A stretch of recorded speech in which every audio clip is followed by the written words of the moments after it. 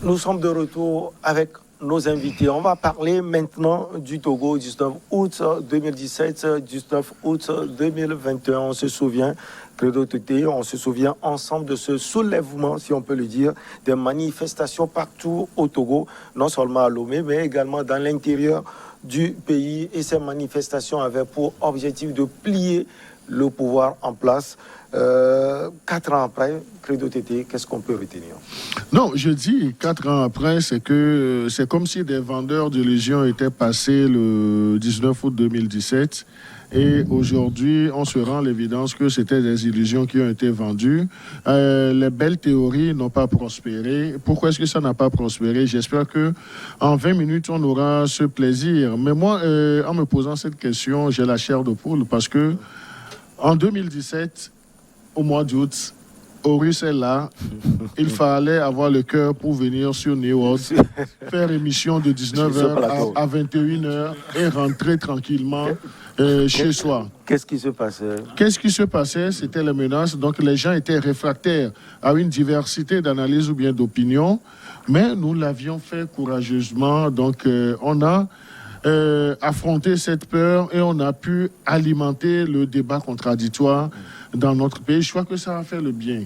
Le 19 août 2017, vous voyez, moi je peux dire, certes on parle de soulèvement, mais je peux parler du réveil d'un système politique, du pouvoir politique. Parce que à partir de cette surprise qu'avaient constitué les actions de PNP, parce que c'était une surprise pour le pouvoir en place en ce moment, parce qu'on pensait que tout était rose, donc on pensait que la situation était sous contrôle, et on a minimisé même, disons, les capacités de mobilisation de Tikpi Atchadam. Et vous voyez, déjà en 2015, Tikpi Atchadam posait les germes. C'est vrai, il parlait comme Horus, le panafricanisme, Nkrumah. Donc, il parlait, il faisait même par un moment quelques émissions. On a même vu que ses actions étaient concentrées beaucoup plus à l'intérieur du pays. Pourquoi est-ce qu'il a privilégié l'intérieur du pays? Parce qu'il a compris que dans le Grand Lomé, donc ça, si ça devait commencer, la mayonnaise devait prendre par là, ça serait difficile. Parce que c'est un peu cosmopolite. Donc là, et il y avait d'autres forces politiques en présence à Lomé avec leur antagonisme. Ça, c'est très important. Avec leur antagonisme, leur pied de grue et puis les anicroches qu'ils avaient entre eux en tant que leaders politiques. Donc, Tikpi Atchadam avait pris au moins 24 mois pour essayer de changer la mentalité du peuple thème. Je dis, parce qu'il a surfé sur la religion aussi, sur le peuple thème dans un premier temps. Et vous allez voir que lorsqu'on parlait jusqu'à aujourd'hui, les gens caricaturent, à tort ou à raison, les pourcentages doivent être déterminés. Lorsqu'on parle de PNP à un certain moment, en 2017, donc on voyait nos frères Kotokoli. On voyait nos frères Kotokoli parce que c'était... On les voyait plus. Bon, on peut dire, on peut nuancer pour dire on les voyait plus, mais c'était eux qui étaient devant. Et la plupart des communications qui étaient faites sur les réseaux sociaux en ce moment, c'est en Kotokoli, n'ayons pas le truc là, parce que le leader, il a su utiliser, disons, un canal de communication qui a rassuré les jeunes de sa dynamique. Et là, cela a failli faire plier, comme l'a dit, comme l'avait dit dans votre introduction, le pouvoir en place. N'eût été la solidité de ce système qui avait beaucoup de tours dans son sac, donc on parlerait au passé de ce système politique. Et si on n'est pas arrivé à cela aussi, mais il faut dire que c'est vrai, au niveau du pouvoir en place, il y avait des traîtres. Et aujourd'hui que la situation s'est calmée, vous les voyez aujourd'hui vouloir jouer les premiers rôles des donneurs de leçons. Si je prends les actuels responsables qui sont autour de Fort Gnassingbé, si tu peux avoir le courage, posez-leur la question. En août 2017, ils étaient où? Quand aujourd'hui, ils font les pans. En août 2017, ils étaient où? Ils n'étaient pas là. Non, mais ils étaient là, Ouais. mais cachés dans des trous. Ils étaient là, mais C'était cachés ma dans des question. trous. C'est pour Donc savoir là, là où ils se trouvent. il y a 4 ans, donc je ne sais pas si on peut parler de fait, mais je crois que c'était une date qui a secoué le pouvoir en place parce que le pouvoir ne savait pas que un certain acteur politique qui a sorti la tête de l'eau pouvait mobiliser la synchronisation des manifestations sur toute l'étendue du territoire, dans les grandes villes, les réponses qu'il y avait aux appels, mais ça a failli coûter à ce système politique. Donc c'est là où, et je crois que Faure Gnassingbé, l'actuel président, a dû faire l'introspection pour savoir que ce ne sont pas tous ceux qui l'entourent, même aujourd'hui, Ouais. qui sont avec lui. Oh, on est avec vous, pas peut-être la chair, mais pas Non, mais en penser, ce moment, peut-être. certains collaborateurs de Faure Gnassingbé étaient inaccessibles. Certains collaborateurs de Faure Gnassingbé étaient subitement inaccessibles parce que c'était chaud. Et certains aussi cherchaient à prendre langue avec les acteurs politiques de l'opposition parce qu'ils pensaient que c'était un truc là. C'était Donc, plié. Ils pensaient c'était que plié. c'était plié. Et là, je crois que quand Horus va faire aussi son introduction, on viendra également analyser qu'est-ce qui a constitué l'échec même du 19 août. Et là, je fais Ça, c'est l'introduction important, pour ouais. dire l'échec du 19 août a été consacré le jour où Tikpi Achadam ne s'est pas assumé à lancer l'appel à Jean-Pierre Fabre et à l'ANC. Parce que avant cet appel, on avait vu, quand il appelait au rassemblement, quand les partis politiques, le CAR, sous la direction d'Apévon, hésitaient, les autres partis, Fulbert Atisso, ils hésitaient tous à soutenir Tikpi Achadam parce que chacun était dans les calculs politiciens. Donc là, le jour où Tikpi Achadam a dit, même Éric Dupuis avait fait une sortie qui ne s'associerait pas, disons, à Tikpi Achadam. Mais le jour où Tikpi Achadam a dit, grand frère Jean-Pierre Fabre, je te tends la perche. Donc, en ce moment, et je crois que si Horus a bonne mémoire, nous l'avions dit, c'est la fin même de la prospérité de ce mouvement-là. Parce que faire appel à Jean-Pierre Fabre pour venir gérer ça, parce que 2 semaines ou bien 3 semaines, non, 3 semaines avant, je crois que c'était le CAP 2015 qui avait voulu s'essayer, non, ils n'ont pas rassemblé ce monde-là. Donc, c'était l'erreur de Tikpi Achadam. Et c'est là où, disons, sa misère politique a commencé. Ce qu'il a appelé pour venir l'épauler, pour venir faire sa garde rapprochée, ce sont ces mêmes personnes qui l'ont plombé. Vous avez vécu aussi ce moment chaud de la vie politique de votre pays. Oui. D'ailleurs, comment vous l'aviez vécu? Alors, qu'est-ce qui se passait avant? Lorsqu'on venait sur le plateau, on avait tout un ensemble d'acteurs. C'était très cosmopolite. Vous aviez des hommes politiques, vous aviez des professeurs, des penseurs, des journalistes, des critiques, ainsi de suite. Et lorsque la crise a commencé, je peux vous assurer qu'avec Credo, on n'était pas nombreux à venir sur les plateaux. C'était des gens qui n'avaient vraiment absolument pas envie de prendre la parole sur ce type de questionnement. Ouais. Alors, ceux qui, comment dirais-je, avaient des avis qui s'apparentaient un peu à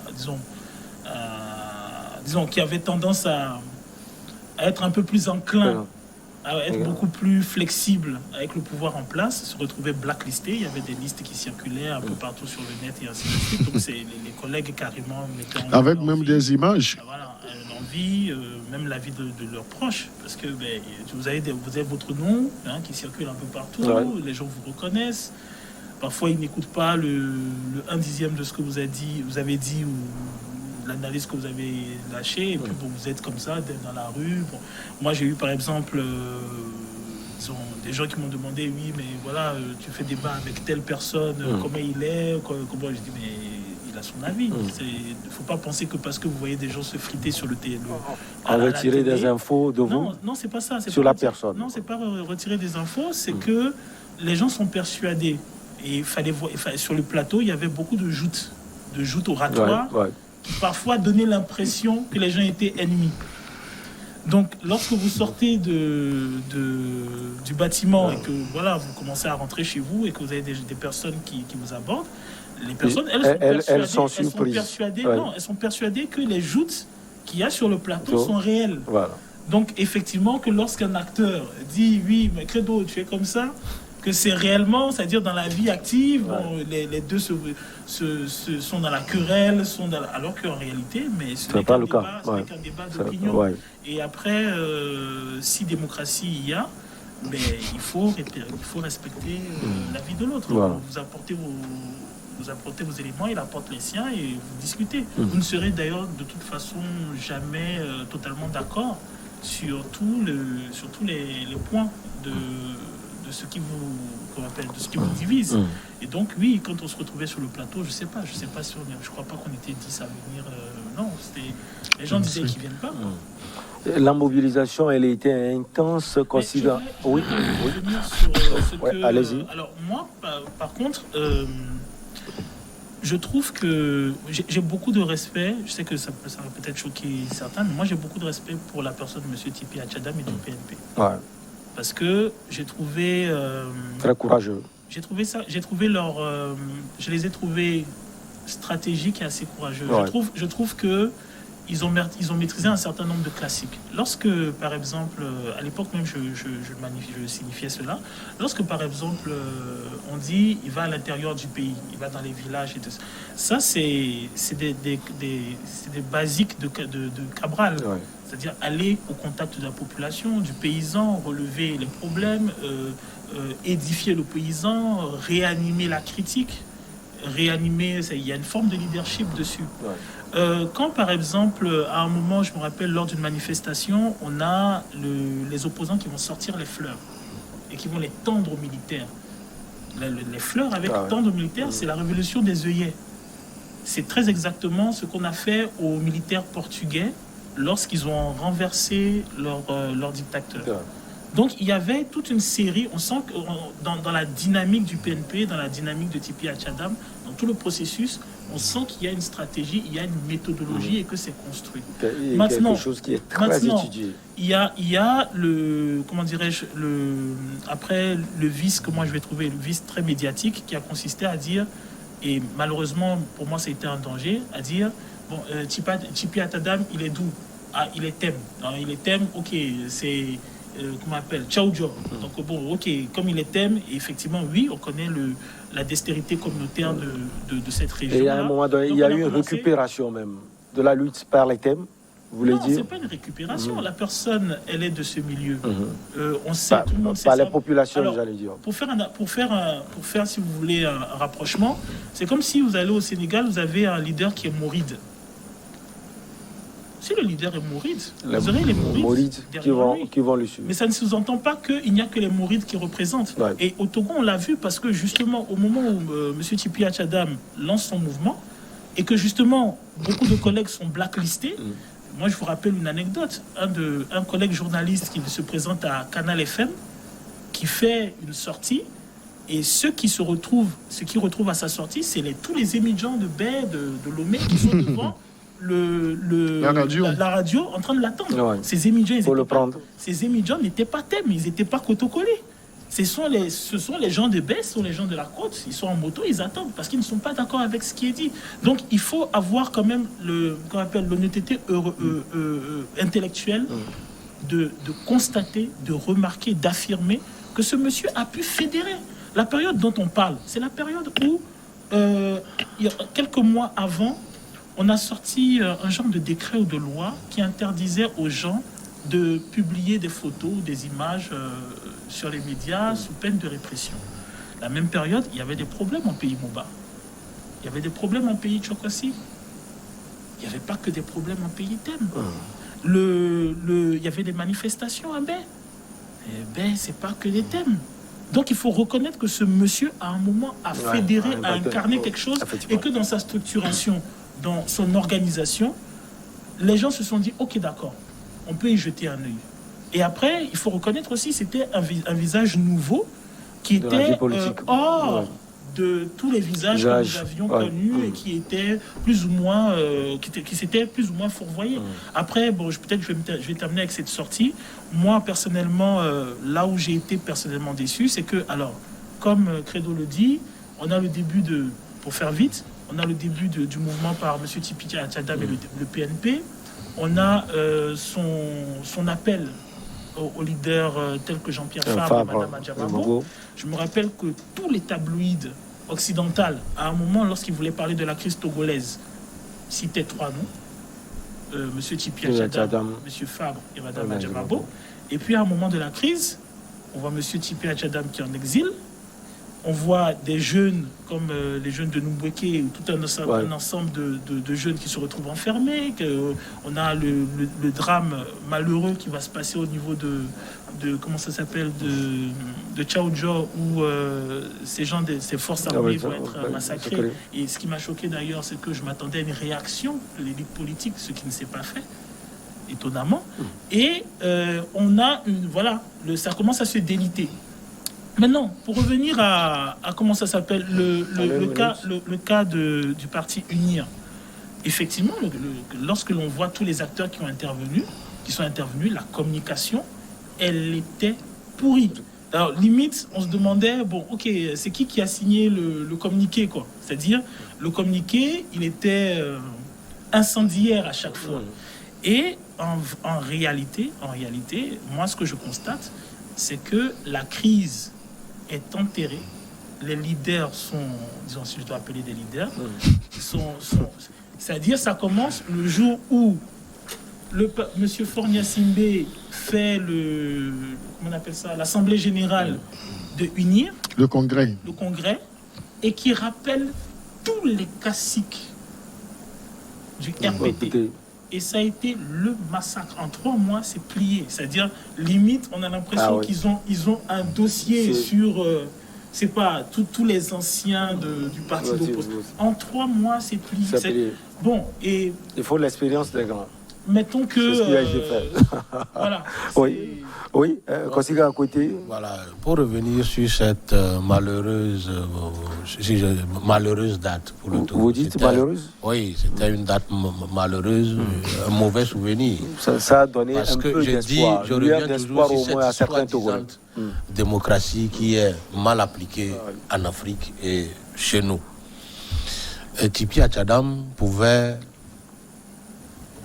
faire autrement cette stratégie, cette politique-là, et préparer les élections, ne serait-ce que même législatives, pour prendre le pouvoir législatif, changer les lois et peut-être devenir président, sans faire de casse et d'heures. Vous pensez que ça va être comme du beurre pour lui, devant un régime qui est implanté? Écoutez, en 1994, si j'ai la bonne mémoire, le CAR avait beaucoup de sièges à l'Assemblée nationale. C'était parce que le CAR avait pris le terrain. Aujourd'hui, c'est encore possible. Écoutez, aujourd'hui aussi, c'est possible. Vous savez, unir, la chance du parti uni, c'est les forces de l'ordre, les forces de défense et de sécurité. Excusez-moi le terme. Parce que, en dehors que je sois président d'une association de jeunes, je soutiens toujours les actions citoyennes, de cet État. Je ne critique pas UNI, mais quand ce n'est pas bon, il faut dire que ce n'est pas bon. Si à chaque fois, ce pouvoir a été écorné par ces actions des partis de l'opposition, c'est parce que UNIR en son sein ne fait pas la promotion de ceux qui travaillent, du militantisme. Non. Tout à l'heure, mon frère Credo l'a dit, que ce pouvoir en place ne sait pas, je ne sais pas, encourager ou faire la promotion des vrais militants. Ceux qui travaillent. Il n'y a aucune initiative des militants à la base d'UNI à ce jour qui est supportée ou, je ne sais pas, promue par les élites de UNI. On ne va UNI sur le terrain qu'au moment des élections. Point.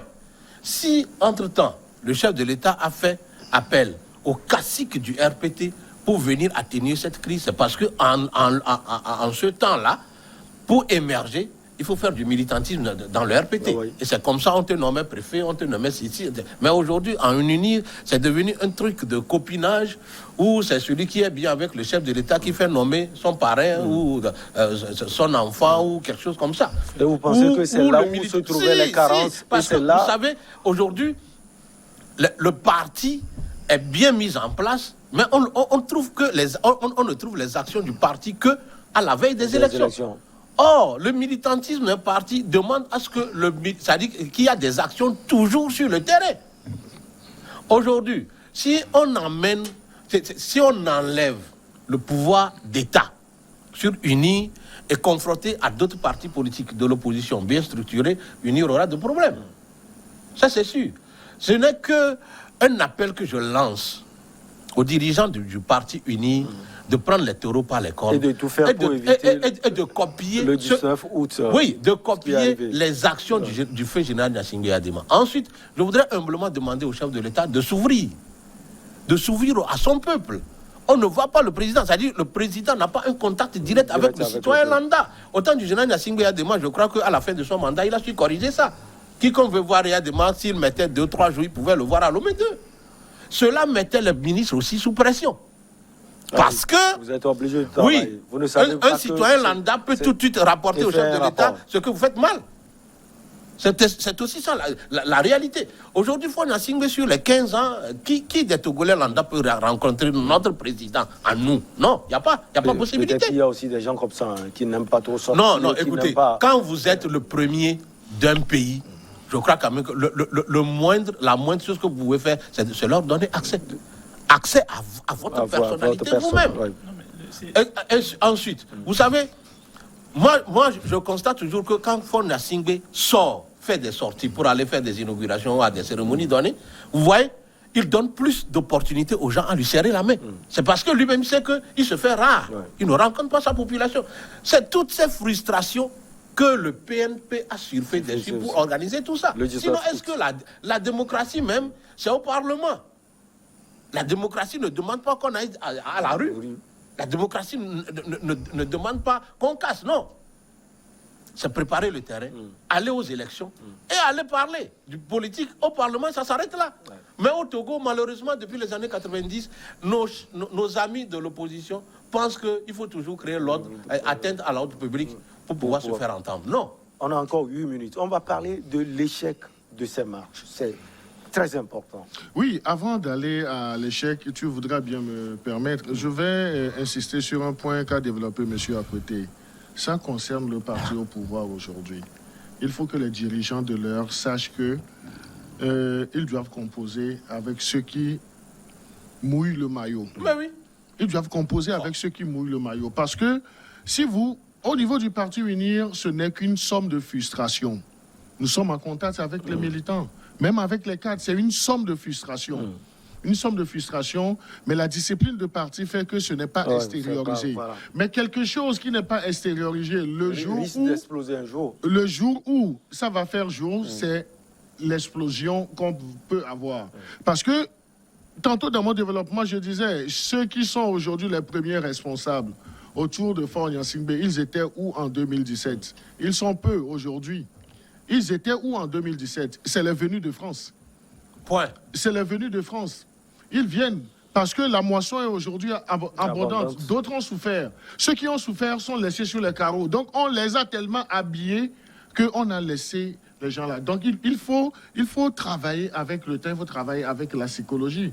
Donc là, au niveau du Parti Unir, qu'on sache récompenser les militants. Et les militants aussi doivent savoir qu'il faut posséder de la matière avant qu'on ne vous positionne. Ce n'est pas parce que vous êtes rassembleur, vous êtes militant et qu'on doit essayer de définir le chômage autrement. Parce que celui qui se dit chômeur, c'est parce qu'il a fait des études, il a des capacités, des potentialités. C'est matière, vous êtes militant, vous doit essayer